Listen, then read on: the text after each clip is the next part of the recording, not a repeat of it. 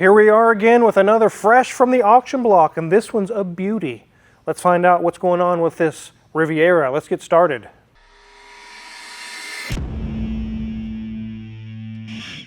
This is a 1992 Buick Riviera with only 88,000 miles on it. It is in really good shape. It does have some issues. We're going to find out how well this dealer did. Again, I have a friend who's local that's getting into buying cars and wants to do a series with me that fresh from the auction block. What are you getting? Did you get burned? Did you get a good car? The previous video we did on an Armada was a win. It was totally a good car, a good vehicle. This one appears really nice, and yes, it does have the 3800 Series 1, the first generation of those, but this is a 7th generation Riviera. Let's find out how this person did. Let's take a look around this black Riviera. Here's the front of this 7th gen Riviera, and it is in great shape, and we don't have to worry about fogged out headlights because these are glass. They should always be glass, even today. We do see some 15-inch turbine style wheels that are painted black in the interior pieces, and it looks really, really nice. Being this is a 7th gen facelift model, it does have the sloping rear end, very nice looking tail lights.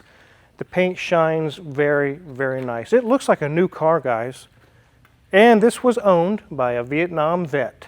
Let's go ahead and hop under the hood. I love these big heavy hoods. It's got some serious hood struts on it with tape on it. I'm not sure why. This is our Series 1 3800. These weren't very powerful, but again, they were super, super reliable. They always really have been. You can look all around the engine on this, and there is tons of room to get to everything. The exhaust manifolds, the alternator is just right here, right up top, easy to get to. Our ignition coils are right there, easy accessible if you need to replace those. Our power steering pump is right up here. The water pump's a little bit more difficult to get to, but it's not too bad still, even at that. So all in all, you can see that this thing would be fairly easy to work on. Wizard, what's going on down there by the fan? Is that an office supply? Whoa, what is that?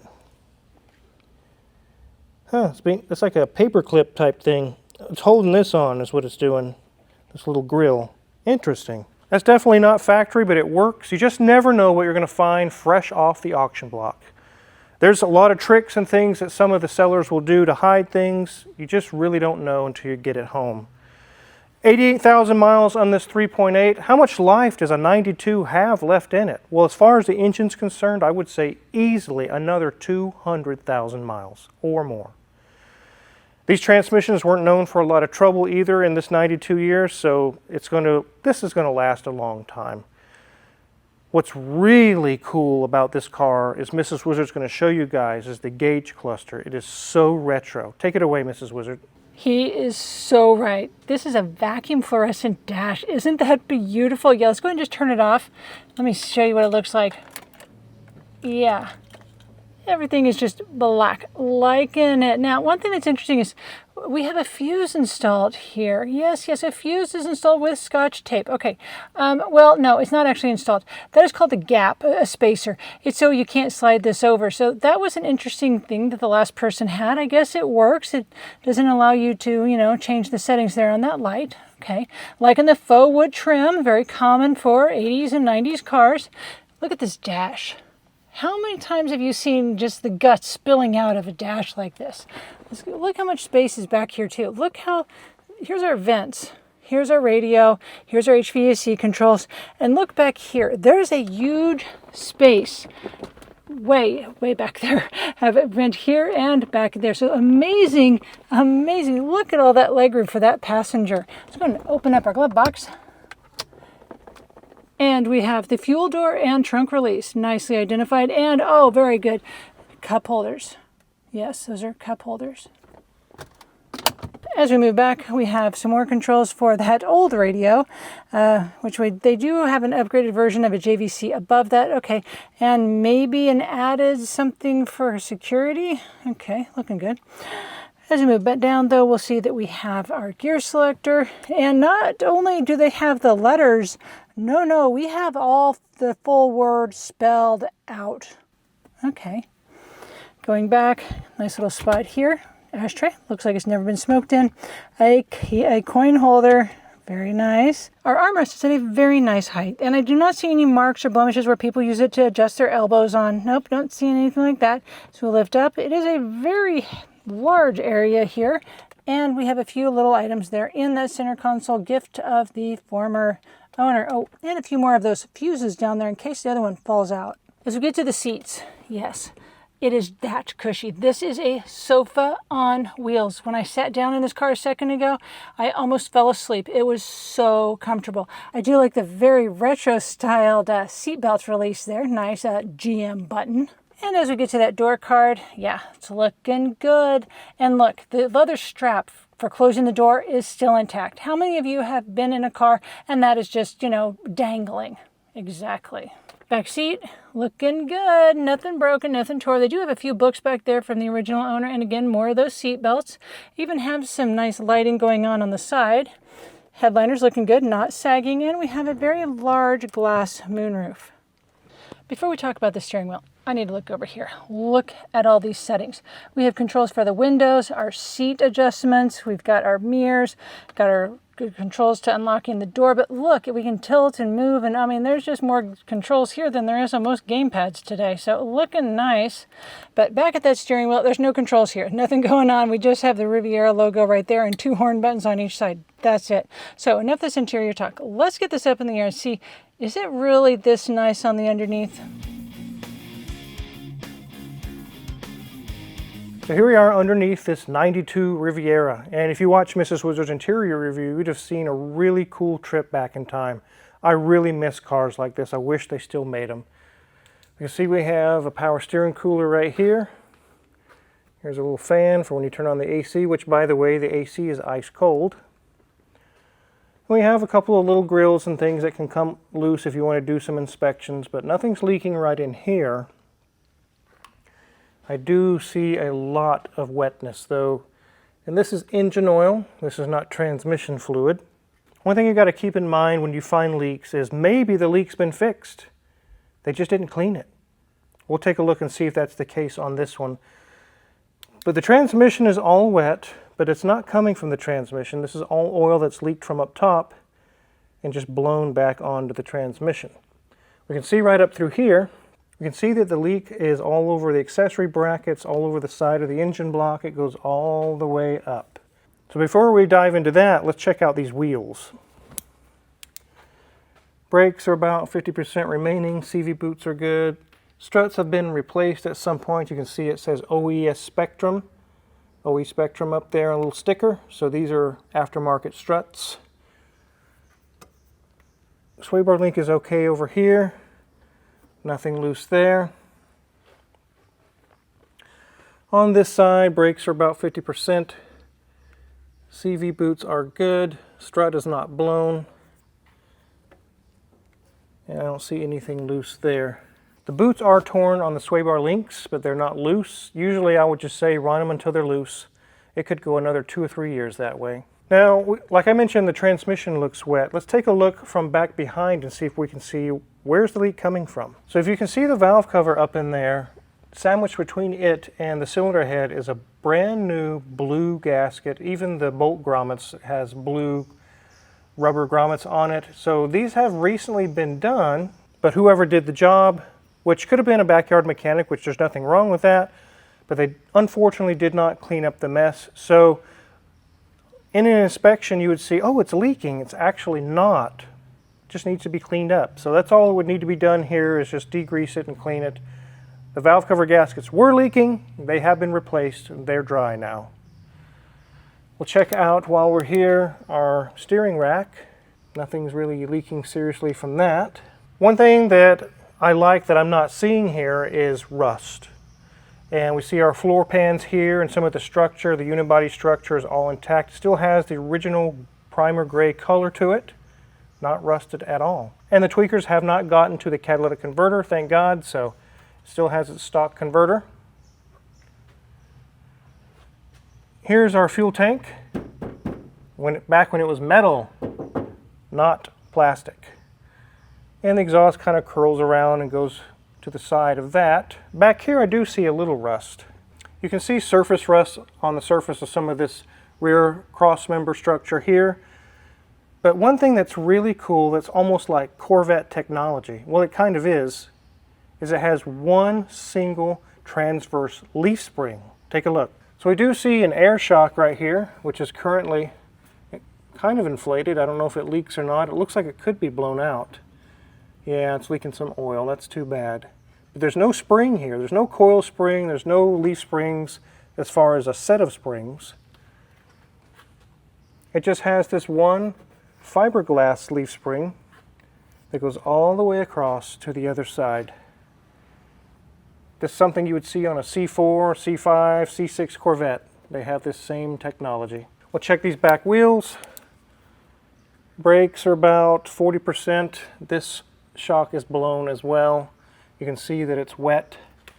And this airbag is all cracked. I don't think it's holding any air. These are very common to blow. These are in the years where they started coming out with a thing called Dynaride. It's where they added an air compressor and had some air-assisted shocks. The suspension is not full air suspension, but it gives it a nice cushy ride, and it can self-level. It's very common on these to get to close to 100,000 miles, 10 years old, and they would be blown out or leaking, which is definitely the case here. Both of these are blown out. The compressor still runs. I can hear it running, but unfortunately, after years and years of trying to air these up, and they won't air up, they're usually weak. Even though they'll run, they just don't run very well. Very likely it's going to need both rear struts and the air compressor replaced. Check out the brakes over here. About 40% there as well. Nothing loose. Nothing loose. Here's our muffler. Although it's a little rusty, it's still intact. Very light surface rust, but nothing serious back here.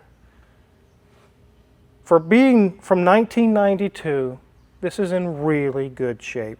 It does need some rear suspension. It needs some things here or there. It needs the engine cleaned up, but otherwise, this thing is nice. Let's check the date codes on the tires, though. It's got some Hankook Kinergies, 11th week of 2023. Very nice tread on it, so these are very good. Let's get this thing on the ground. So pretend you just bought this car at auction for $3,000 or $2,500 or wherever kind of a deal you got. Yeah, I scored. You kind of did, because I really love this car. This thing's beautiful. It's amazing. I would drive this any day over anything brand new. It is just really classy and really nice. They don't make cars like this anymore. I don't know that they ever will again. But you got to think, the rear suspension, those rear air shocks can be $150, $200 a piece times 2. That's what, $300, $400? But we haven't done the compressor yet.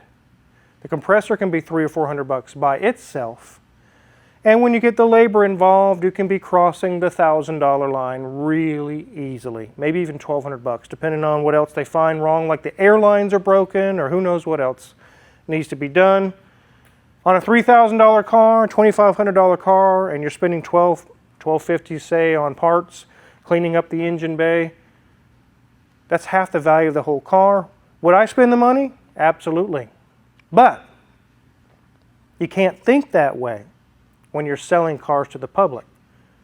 Because you can turn around and sell this car for $5, $6 grand, make a little profit after you have some money into it. If you go and try to restore this whole car and fix everything on it, you'll have as much or more than the retail value of this car.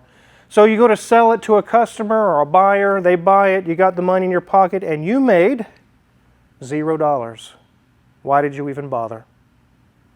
What's the point? You can't even pay your electric bill for your little dealership lot now because you made no money. So you got to keep that in mind, guys. Used car dealers are not there to restore every car to perfect condition. Every car on a used car lot is going to have a couple small things wrong with it. And they all will. You got to kind of balance, what can you deal with, what are you willing to fix, what are you not willing to fix. Is the issue that it has catastrophic or is it not? That's where you get pre-purchase, not post-purchase, pre-purchase inspections. One thing that can happen at an auction house for cars is that a dealer takes a car on trade and they take a look at it and it's an absolute basket case. Guess where it goes? Usually to the auction block, which means you might be the person buying that. You think, I got this car for 800 bucks. I stole this car. And then you get it home and you check it out or get it onto your lot and you're like, oh my goodness, this thing belongs in the salvage yard. One thing you also have to be careful of is the person who just bought that from auction sends it back to auction. I'm not fixing this, I'm sending it back through auction.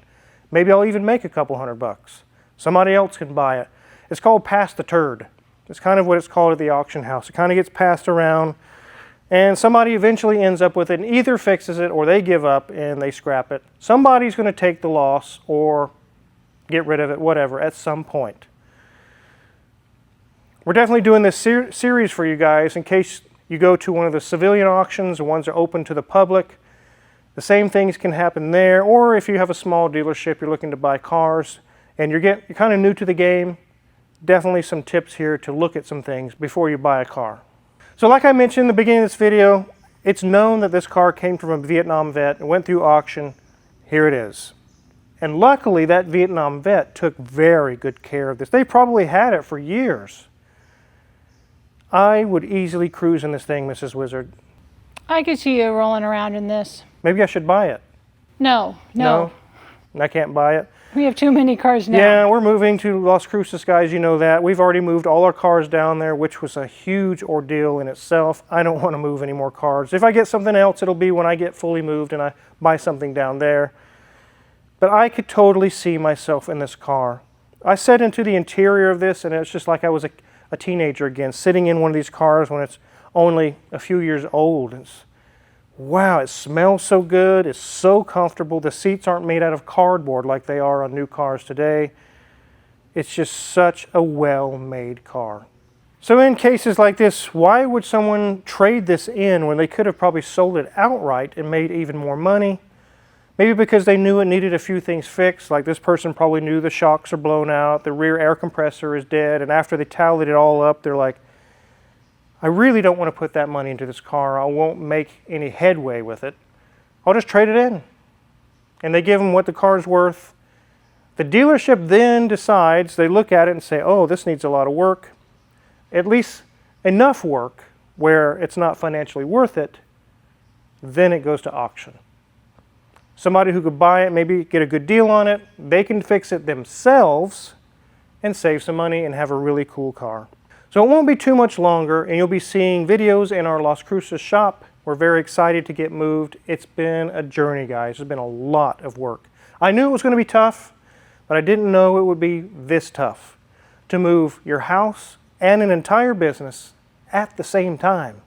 It's a huge undertaking, but luckily me and Mrs. Wizard have been troopers and we've been just knocking it out and getting it done. But before we go, we're definitely doing this series fresh from the auction block, and also we're doing one with Eurasian Bob called Don't Spend $76,000 or Stop Spending $76,000 on cars, giving you other options and alternatives out there rather than signing a huge bank loan. Any of the tools we use in the shop, or we're going to be using especially in Las Cruces, are listed for sale in our Amazon affiliates link in the description below. If you purchase any tools there, we get a small cut and really appreciate it. And no, we're not closing the shop for good. We're not stopping our YouTube channel. We're going to continue it down in Las Cruces, which means more videos for you guys, more repairs for the customers. It's just kind of at a downsized rate. So on your way out, make sure to hit the subscribe button and the notification bell. Thanks for watching.